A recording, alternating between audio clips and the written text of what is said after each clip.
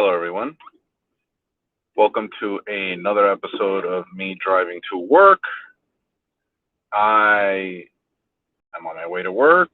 This is Darkness 30XX, part of the Black Hood crew on YouTube. Darkness 30XX, BHC underscore Darkness 30XX across the other social medias. Find me on Twitch.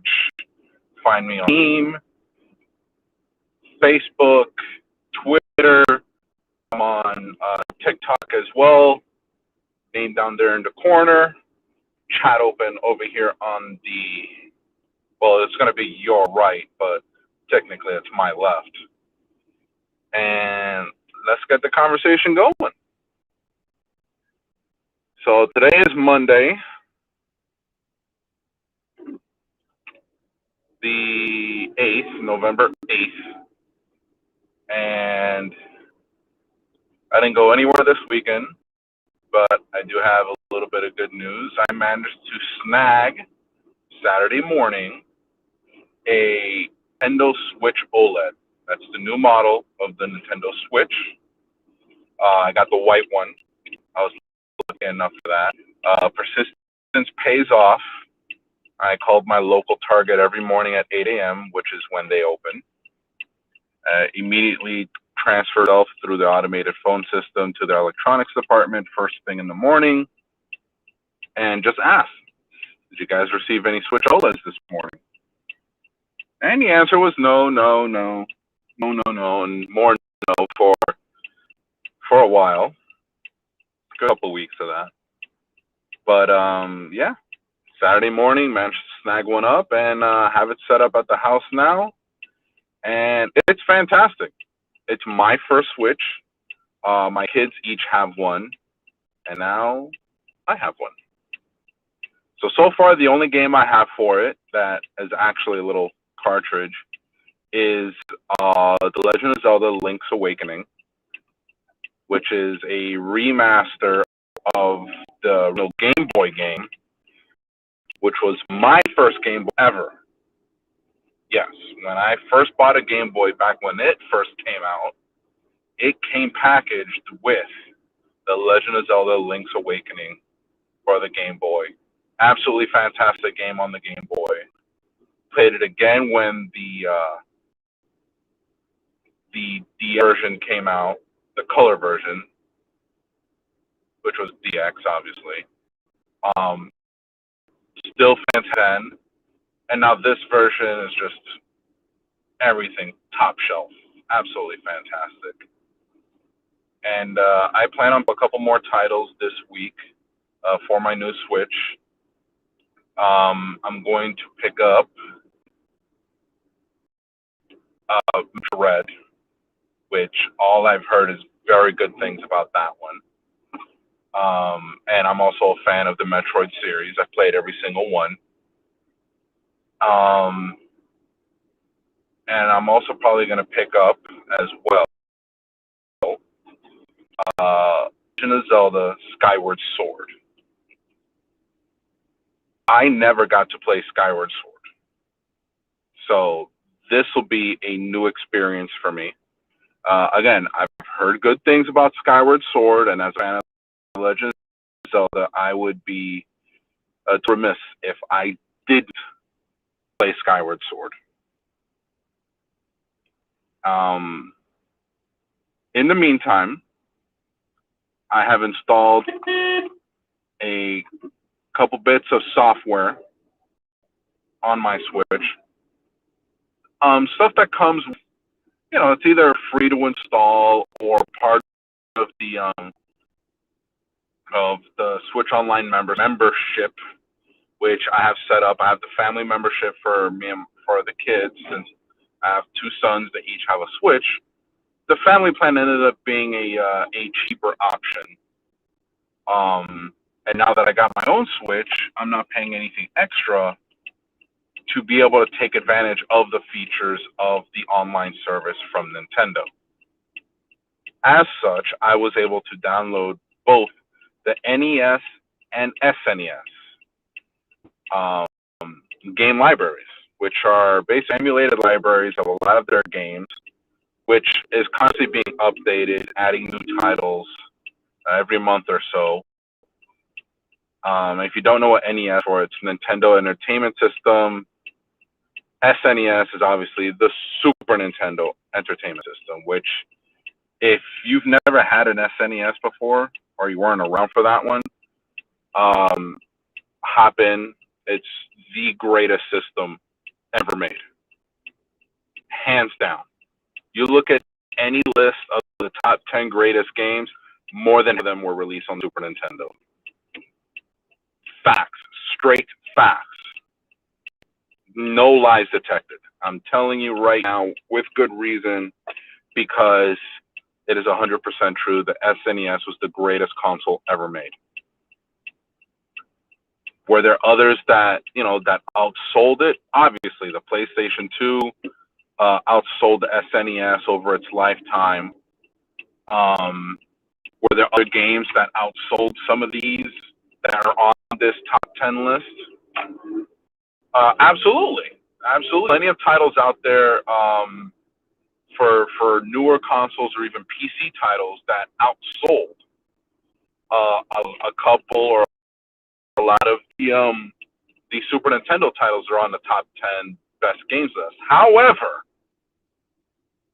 the reason why these games are on these top 10 lists or make up the majority of these top 10 lists wasn't because of how many units were shipped or what console they belonged to.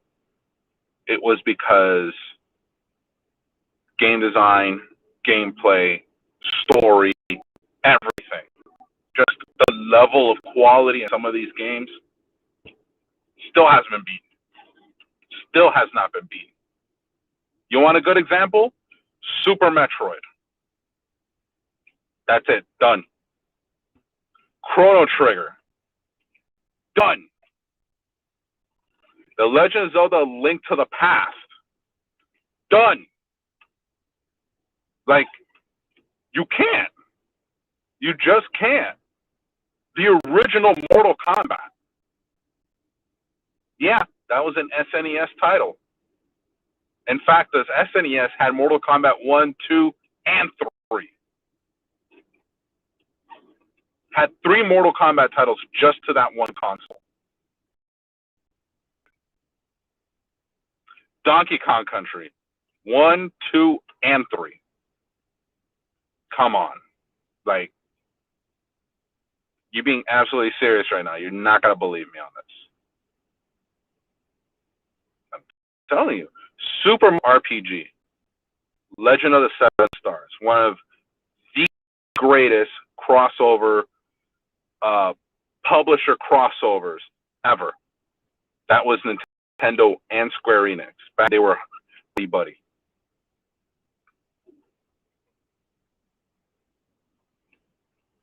Like, there's some fantastic games on there. It's just, that is still the greatest console to ever be released. Hands down, off, no cap. It's legit the greatest one ever. And I've played everything. Like, I was on the Atari, I played Atari, I played a TurboGrafx 16, the original NES. I had a Genesis 2, I had the SNES, I had the N64. I've had every version of the PlayStation except for the 4 and the 5, but I've played titles on them. Now that PlayStation titles are going to start to appear on me, I've already pre-bought God of War. That's right. God of War from the PlayStation 4 on PC. Can't make this up. Go to Steam right now. It's there. Already pre-ordered. It's ready to launch come January of next year. Absolutely fantastic.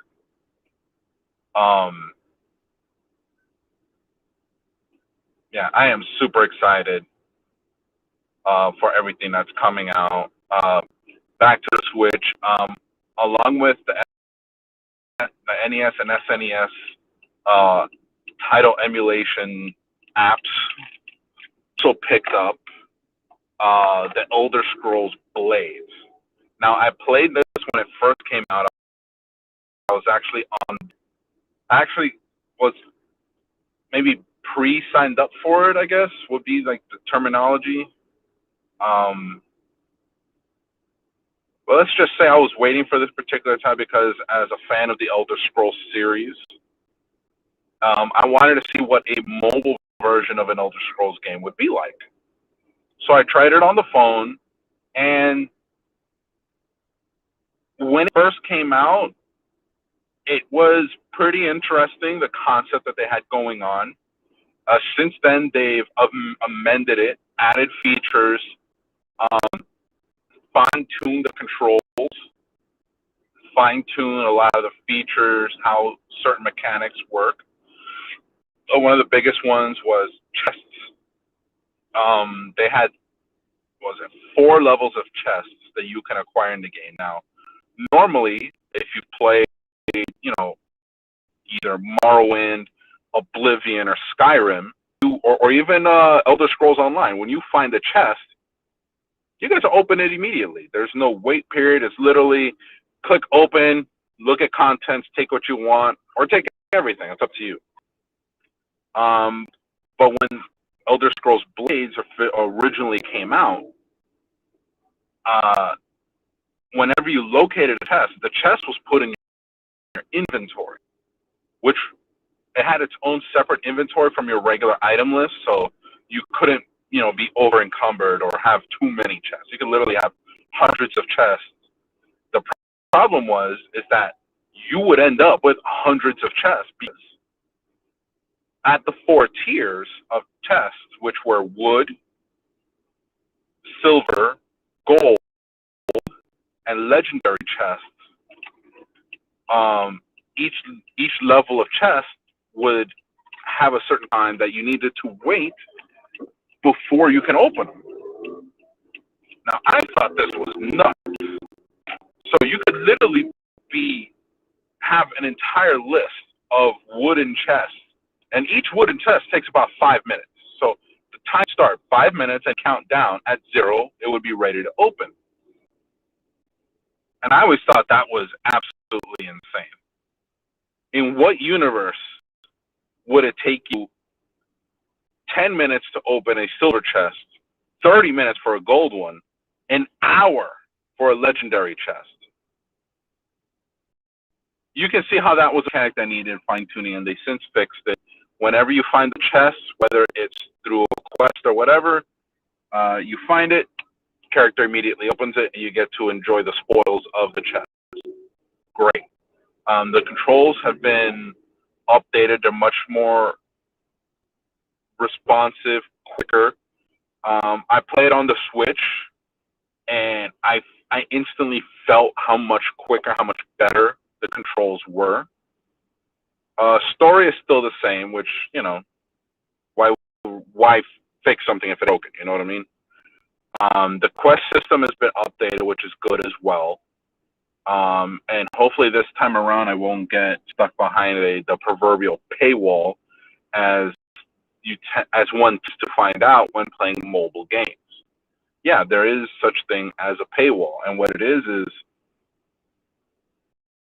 they give you enough of the game for you to enjoy, but eventually the difficulty gets to a point where even with your accumulated either knowledge, item list, or skill set, you just can't get past it without some sort of extra help in the form of some sort of paid mechanic, paid for item. And usually this comes paid for in the form of real money.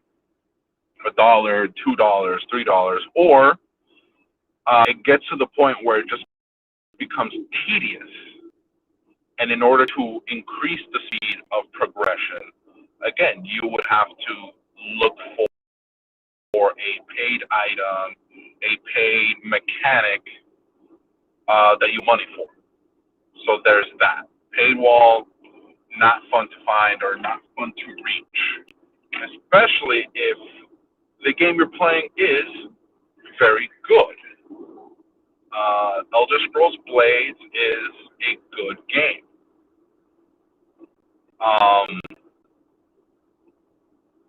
the paywall on that one, you don't necessarily, you can reach it at any point in time, or not at all, depending on how you play the game.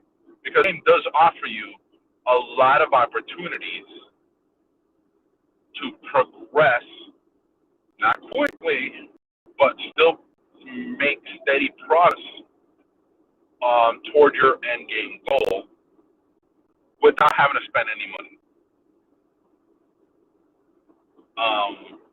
Originally, when the game came out, that wasn't the case. I did hit the proverbial paywall. It wasn't early on. It took a while to get there. Hopefully, this time around, we avoid it. So anyway, this Switch is fantastic. It's got a bigger screen compared to the original. The colors are more vibrant. I noticed it right away, even when I just turned the thing first time. I could see the upgrade. I could tell the difference. The kickstand, the built-in kickstand of the Switch is much better. It now spans the entire back and can be set at different angles, not just one or two, but many angles.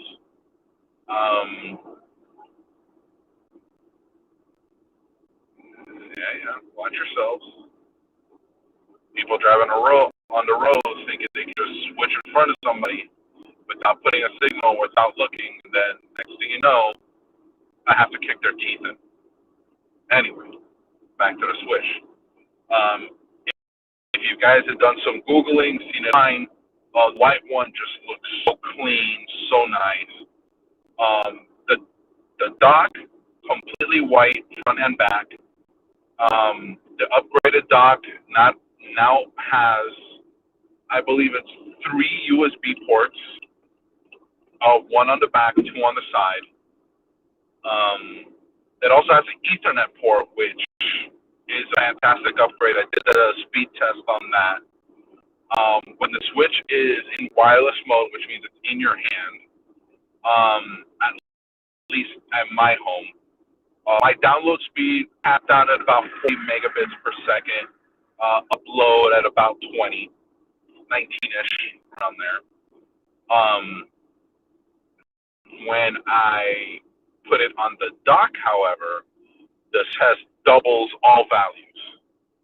So my download doubled from 40 to 80, uploads from 19-ish to a little over 40 megabit uploads, which is absolutely fantastic for people that play online, depending on the game. The Joy-Cons feel very sturdy. They feel clean. They feel good. The button presses, the movement of the joysticks, very clean, very smooth.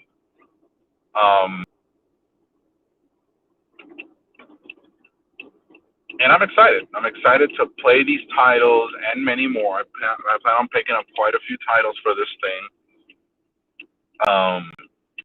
because I plan on doing it for a good long time. There's already rumors of Switch successor already, but that's usually the case around the time when a developer comes out with the next iteration of an already existing console. This happened with the PlayStation 4 and the Xbox, with their regular and then their Pro versions. Pro version comes out, instant rumors, they're already making a new version, and sure enough, they always do. And Nintendo is no different. However, early rumors of the Switch successor already put it at not being able to play Switch games, or at least the cartridge games. If you have a digital title, I'm guessing it's different, but I don't like that. Like, I feel that is, especially as an end user consumer, removing compatibility for a previous generation console's games is, for me, not a good idea. Mostly because, and this is coming from recent years, recent experience, the pandemic hit everybody, including a lot of these gaming industries, hard. People weren't working, so there was a shortage of the chips used in the electronics in a lot of these consoles. And this is the same across the board: Nintendo, Sony, and Xbox. A lot of these things were not made, so that's why you can go online now and find Switch is sold out everywhere, PlayStation 5 is sold out everywhere, Xbox is sold out everywhere. And because of that, a lot of people are holding on to their previous. So a lot more people are hanging on to their PlayStation 4s, their previous Xbox. They're hanging on to these things because the ability to upgrade is almost non-existent. Now, I'm not saying it's impossible. It is possible, but I mean, you basically got to do like I did. You got to hound these stores like Target, Best Buy, Walmart, GameStop. God forbid you find one on Amazon. That's a different story. But you got to hound these stores every single day and basically cross your fingers hoping that they get one. Or at least in my case, the one you're looking for. So, yeah, you're going to see a lot more people hanging on to the previous iteration of a lot of these consoles because of that. Now, personally, have Wii U, which, if you know anything about Nintendo consoles, was the previous console to the Switch. If you actually look at the Wii console, the actual main controller for the Wii U, it's like holding a Switch. And that's where their idea came from. So, it was it's still a great console. I have it. I have games for it, and it's still connected. Just I need to get it. The HDMI port on it is not functioning correctly, so it doesn't output to the TV, which obviously you got to get that fixed because it needs to get fixed. Anyway, so as it currently sits, I'm in a position now in my personal life where I can start to reaccumulate the gaming past, of which I was forced to relieve myself of some years ago. I had an N64, had to sell it, had a GameCube with a lot of the best games for it, had to sell it. I had, like I said, original PlayStation 2. I had all these things, and I would like to reaccumulate them, regather these consoles, and the titles of which I would like to possess. At least for the game, might just do what would be like an emulation station type deal if you've ever worked with a Raspberry Pi. But for each individual console, be specific. So I would have, say, a PlayStation 2, just for argument's sake, have a PlayStation 2, have the actual console, but have it be a modded console, maybe with the hard drive on it, thus allowing me to play any and all PlayStation 2 games through the actual PlayStation 2 hardware without having to fiddle around with a Raspberry Pi or emulation station or what have you, and be able to enjoy these titles. The same with the original PlayStation. I no longer have to do it with the original NES, SNES, thanks to the Switch, but I might do it anyway simply because, I mean, not for nothing, it's nice to have an actual console sitting there connected to the TV. Obviously, everything in HD because high definition, and we'll go from there. You know, have some sort of large TV stand. You know, locations for each of the consoles, their controllers and whatnot, and then just have digital libraries of every game they've ever had and load it up. Yeah, that'd be nice. But anyway, in the meantime, you know, I have my PC. I have, you know, the ability to play a lot of titles, um, you know, across all the generations through emulation, of course. Um, you know, whether it's on my Raspberry Pi or my PC, which is obviously a more powerful piece of hardware. You know, and I'm still playing other titles as well. So, you know, I have a lot to play and enjoy, and I will continue to do so as time goes on. And another thing too, Saturday night I saw the Eternals. That's the latest Marvel film. 2.5 hours, and I've thoroughly enjoyed it. It was very good. The story, it has its moments where you're kind of left going, really? And by really, I basically mean just one moment. The explanation on why the Eternals, these characters, did not intervene during the Infinity War and Endgame, for that matter. I thought it was more of a cop out than anything else, but other than that, great movie, a great character development for everybody involved. I was glad to see these A-listers not reduced to villain status. Like Selma Hayek, been in many films. She's very good at what she does.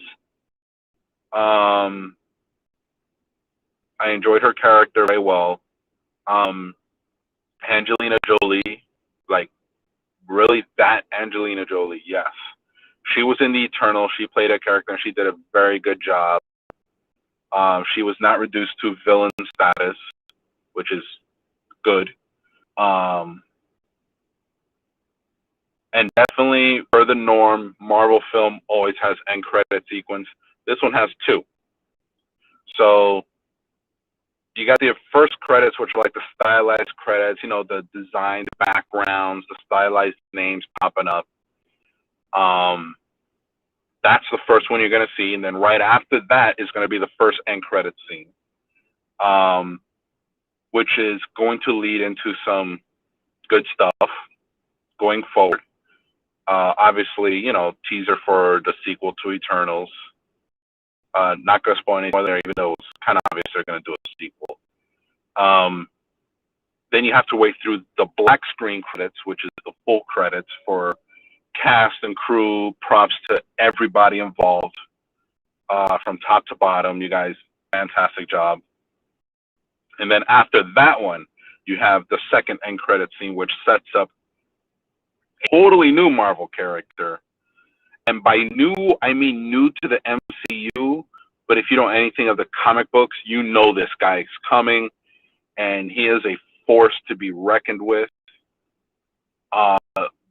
because of who he is and what he carries. And I'll leave it at that. So go see Eternals, still in movie theaters now. It literally came out Friday. So it's going to be around in theaters for a while. I believe the Rotten Tomatoes score, it's complete crap. Anybody that, you know, knows anything about movies knows that, you know, they're a reflection of society at times. So, yeah, go see the Eternals. Go see it with an open mind, and do not, I'm telling you right now, do not roll your eyes on a couple of these scenes when they come up. Don't start bashing it because of things you don't like or you don't understand. It's a movie. It's a reflection of society in many cases. Do enjoy it though. Great movie. And yeah, it was a good time. Good time to be had. Went by myself, which was fun. Haven't done that in a while, but it was fun. So until next time, until tomorrow, here again on the channel. By all means, check me out. Um, Obviously, I've arrived at work. I got here a little early. I had to put gas, finished putting gas a little sooner than I thought I was. So, yeah, I made my way here, but I'm already in the parking lot ready to go to work. So, by all means, have a great day. Check me out again on the channel. Name there in the corner, BHC underscore 30XX. That's this guy right here. Check me out across all the everywhere I appear, basically. YouTube under the Black Hood Crew, Facebook, Twitch, Twitter, Steam, and TikTok. These live streams don't appear on TikTok. They haven't set that up yet. Hopefully one day soon we'll have that set up as well. Until then, just watch my short little clips on there and enjoy yourself. So for now, have a great day. Be excellent to each other.